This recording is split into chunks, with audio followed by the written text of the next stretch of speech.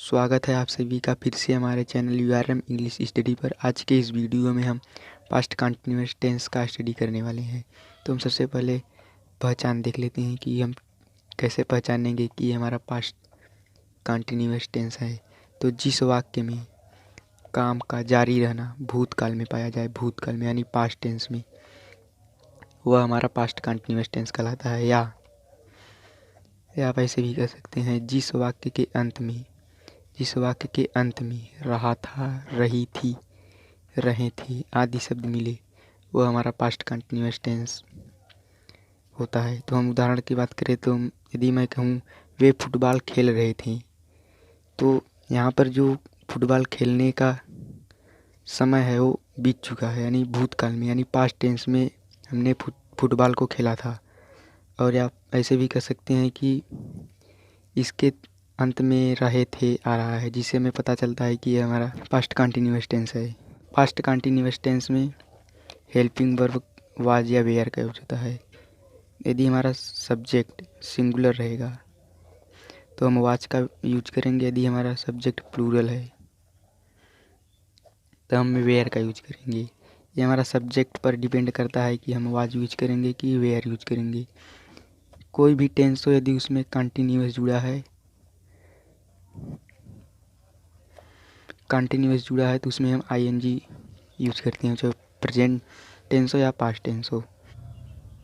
अब हम affirmative sentence पर बात करते हैं। तो अफर्मेटिव सेंटेंस का स्ट्रक्चर हमारा कुछ इस प्रकार का होता है। सबसे पहले हम सब्जेक्ट लिखते हैं, उसके बाद हेल्पिंग वर्ब के रूप में वाज या वेयर का यूज करते हैं, वर्ब का फर्स्ट फॉर्म यूज करते हैं, उसमें आईएनजी जोड़ते हैं, उसके बाद ऑब्जेक्ट लिखते हैं। तो हमारा सेंटेंस वह फुटबॉल खेल रहा था, तो सबसे पहले सब्जेक्ट इसमें है वह, ही चूँकि सिंगुलर है इसलिए हम वाज का यूज करेंगे। वर्ब का फर्स्ट फॉर्म लिखेंगे खेलना, प्ले, उसमें आईएनजी जोड़ेंगे, प्लेइंग हो जाएगा। उसके बाद हम ऑब्जेक्ट लिखेंगे, ऑब्जेक्ट है इसमें हमारा फुटबॉल।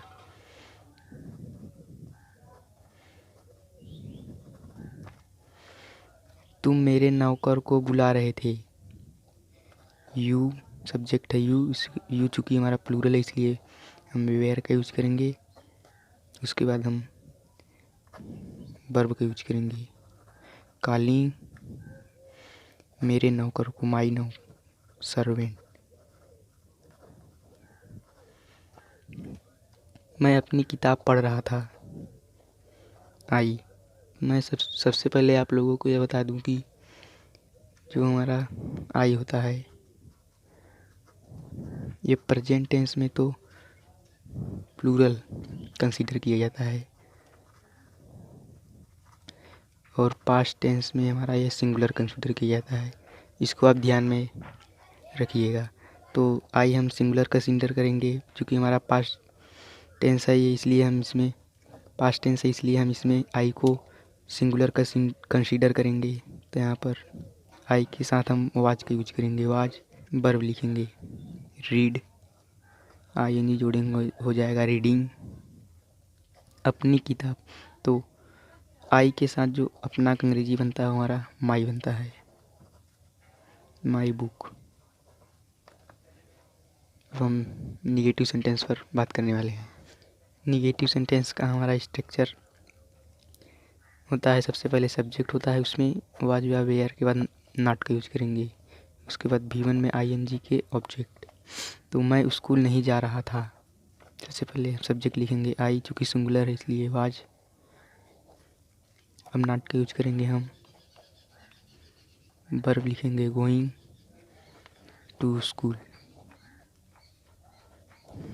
राम दीवार से नहीं कूद रहा था, तो राम हमारा सिंगुलर है इसलिए हम वाज का यूज करेंगे, नॉट कूदना।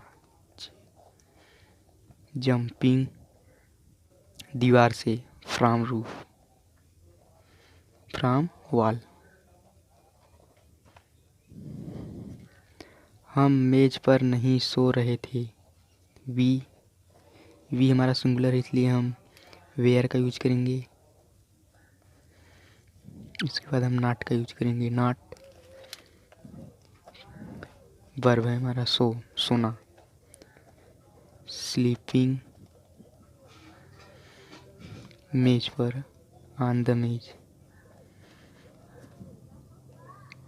On the table. यहाँ पर भी आप द का यूज कर सकते हैं। अब हम बात करते हैं हमारे इंटरोगेटिव सेंटेंस जो हेल्पिंग वर्ब से स्टार्ट होते हैं। तो हमारे इंटरोगेटिव सेंटेंस का स्ट्रक्चर कुछ इस प्रकार का होता है। उसमें हम सबसे पहले हेल्पिंग वर्ब का यूज करते हैं। क्योंकि ये इंटरोगेटिव का हेल्पिंग वर्ब वाला है, इसलिए हम सबसे पहले हेल्पिंग वर्ब का यूज करेंगे। उसके बाद सब्जेक्ट का यूज करेंगे, वर्ब में आईएनजी ये लगाएंगे, उसके बाद ऑब्जेक्ट लिखेंगे। तो हमारा सेंटेंस है, क्या हम बाज़ार जा रहे थे। तो सबसे पहले हम वाज या वेयर का यूज करेंगे। इसमें सब्जेक्ट के अकॉर्डिंग हम वाज या वेयर का यूज करेंगे। यहाँ पर हमारा सब्जेक्ट हम यानी वी है, यू वी हमारा प्लूरल है, इसलिए हम सबसे पहले वेयर का यूज करेंगे। उसके बाद हम सब्जेक्ट का यूज करेंगे वी। उसके बाद हम वर्ब का यूज करेंगे V1 यानी गोइंग। इसमें उसके बाद हम ऑब्जेक्ट लिखेंगे बाजार, टू मार्केट।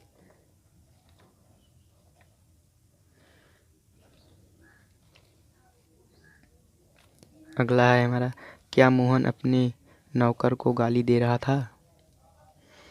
तो मोहन हमारा सिंगुलर है, इसलिए हम वाज का यूज करेंगे, वाज मोहन। उसके बाद हम सब वर्ब का यूज करेंगे। इसमें हमारा जो क्रिया है वो गाली देना है, तो एब्यूज। इसमें आईएनजी का यूज करेंगे तो हो जाएगा एब्यूजिंग। अपने नौकर को, हिज सर्वेंट।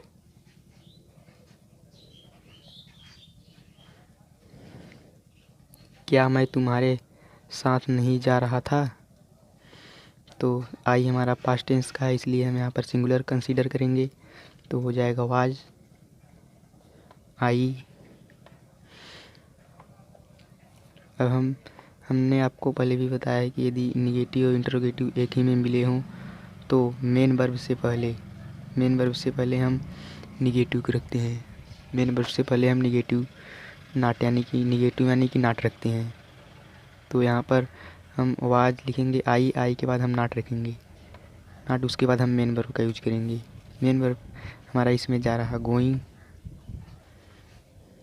ये हमारा मेन वर्ब है। मेन वर्ब से पहले हमने नाट का यूज किया है, गोइंग, तुम्हारे साथ, विद यू।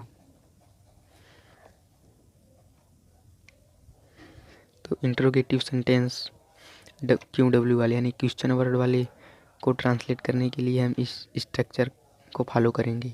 तो सबसे पहले हम इसमें क्वेश्चन वर्ड लिखेंगे, यानी जो हमारा प्रश्नवाचक शब्द रहेगा सबसे पहले उसी को लिख देंगे। उसके बाद हम वाज या वेयर का यूज करेंगे। उसके बाद सब्जेक्ट V1 में आईएनजी का यूज करेंगे। उसके बाद ऑब्जेक्ट। तो इस सेंटेंस में वह कमरे में क्या कर रहा था। तो इस सेंटेंस में जो हमारा प्रश्नवाचक शब्द है वह है क्या। तो हम सबसे पहले क्या का अंग्रेजी लिखेंगे, हो जाएगा वाट। उसके बाद हम वाज या वेयर का यूज करेंगे। सब्जेक्ट के अकॉर्डिंग हम हमेशा सब्जेक्ट के अकॉर्डिंग ही वाज या वेयर का यूज करेंगे। तो इसमें सब्जेक्ट हमारा है वह, जो कि सिंगुलर है, इसलिए हम वाज का यूज करेंगे। उसके बाद हम सब्जेक्ट का यूज करेंगे ही, कर रहा यानी डूइंग। अब क्रिया है इसमें हमारा डूइंग, कमरे में, इन द रूम। नेक्स्ट है हमारा, किसान अपना खेत क्यों नहीं जोत रहा था। तो इसमें जो हमारा प्रश्नवाचक शब्द है यानी क्वेश्चन वर्ड है वह क्यों, वाई। क्योंकि किसान हमारा सिंगुलर है इसलिए हम वाच का यूज करेंगे, ये हमारा सब्जेक्ट है। उसके बाद हम सब्जेक्ट लिखेंगे द फार्मर।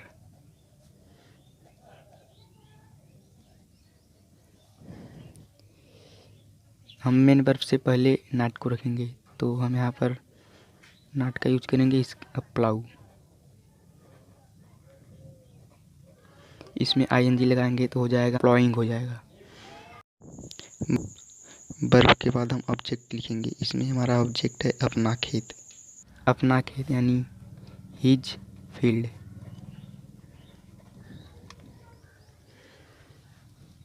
अब हम कुछ स्पेशल सेंटेंसेस की बात करते हैं।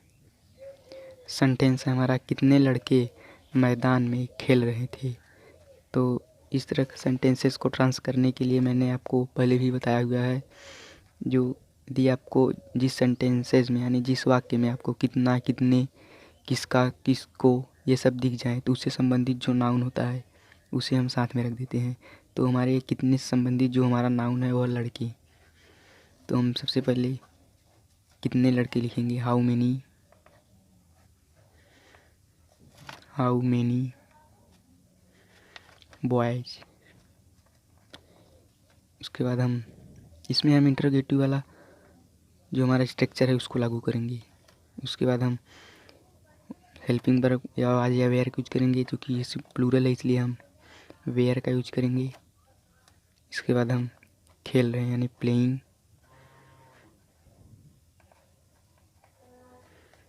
मैदान में इन द फील्ड।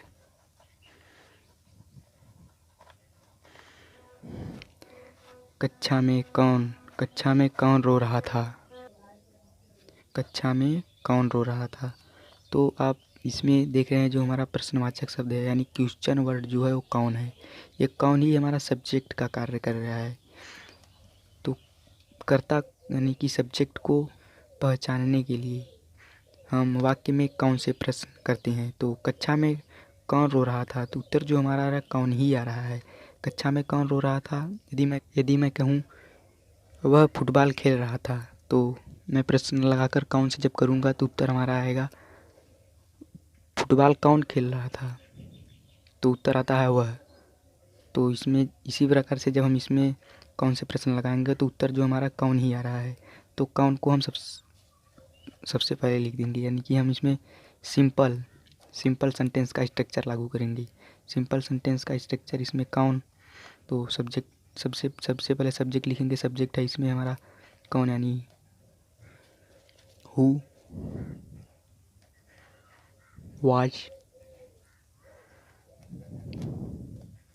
रो रहा है यानी वीपिंग इन द क्लास।